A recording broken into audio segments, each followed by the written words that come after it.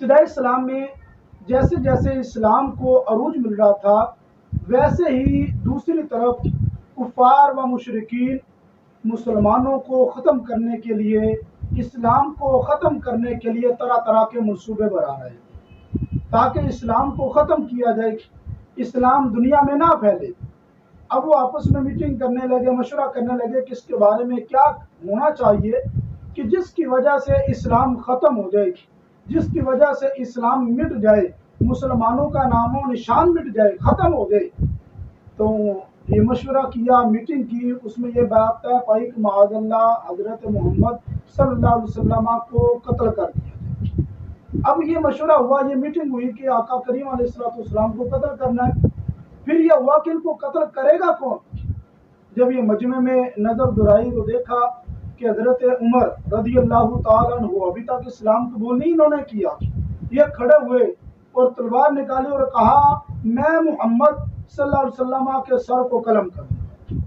کفار و مشرکین نے جب یہ سنا تو کہا ہاں تم ہی وہ مرد ہو، تم ہی وہ شخص ہو کہ جو محمد مصطفیٰ کریم صلی اللہ علیہ وسلم کے سر کو قلم کر سکتے ہو، معاذ اللہ۔ حضرت عمر رضی اللہ تعالیٰ عنہ کفر کی حالت میں ابھی ہیں، تلوار کو نکالا اور آقا کریم علیہ السلام کی طرف نکل پڑے۔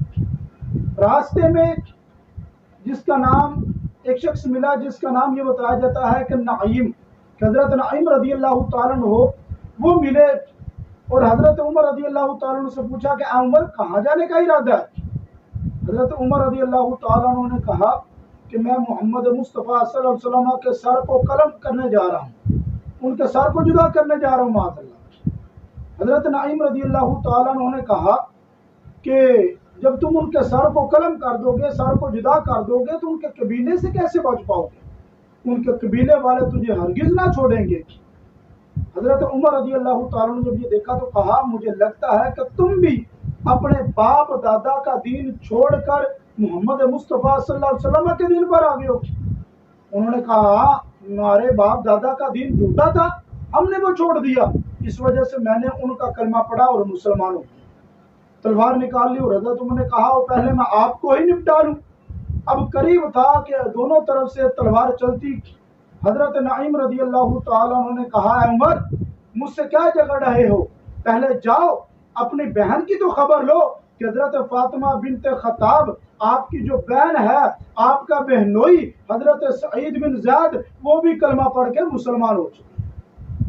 جس وقت حضرت عمر رضی اللہ تعالیٰ عنہ نے یہ سنا غصے سے باہر آیا اور ان کو ادھر ہی چھوڑا اور اپنی بہن کے گھر کی طرف چل پڑے۔ جس وقت دیکھا گھر میں کنڈی لگی ہوئی ہے اور حضرت فاطمہ بنت خطاب یعنی آپ کی بہن اور آپ کا جو بہنوئی تھا وہ حضرت خباب رضی اللہ تعالی عنہ سے قرآن پاک وہ سیکھ رہے تھے، قرآن پاک کی تلاوت کر رہے تھے، قرآن سیکھ رہے تھے۔ دروازہ کھٹکھٹایا، حضرت خباب رضی اللہ تعالیٰ عنہ جلدی سے چھپ گئے کیونکہ اس وقت چھپ کر عبادت کی جاتی تھی ابتدائی سلام میں اور کفار کی اذیتوں سے وہ بچنے کے لیے تاکہ یہ تکلیف نہ پہنچائیں۔ حضرت عمر رضی اللہ تعالیٰ عنہ دروازہ کھٹکھٹایا، آخر کار آپ کی بہن نے دروازہ کھولا۔ جب دروازہ کھولا تو دیکھا کہ بھائی کھڑے ہیں۔ حضرت عمر رضی اللہ تعالیٰ عنہ نے کہا بہن تم کیا کر رہی تھی؟ بہنوئی نے ٹال مٹول کر دیا، کوئی اچھے طریقے سے صحیح طریقے سے جواب نہ دیا، لیکن اس نے کہا نہیں مجھے بتاؤ تم کیا کر رہے تھے، اور مجھے یہ پتہ چلا ہے کہ تم ہمارے باپ دادا کا دین چھوڑ کر محمد مصطفیٰ صلی اللہ علیہ وسلم کے دین پر آ گئے ہو۔ حضرت سعید بن زید نے کہا ہاں ہمارے باپ دادا کا دین جھوٹا دین تھا، باطل دین تھا، ہم نے اس دین کو چھوڑ دیا، ترک کر دیا اور محمد مصطفیٰ کا کلمہ پڑھ کر ہم ایمان میں داخل ہوئے۔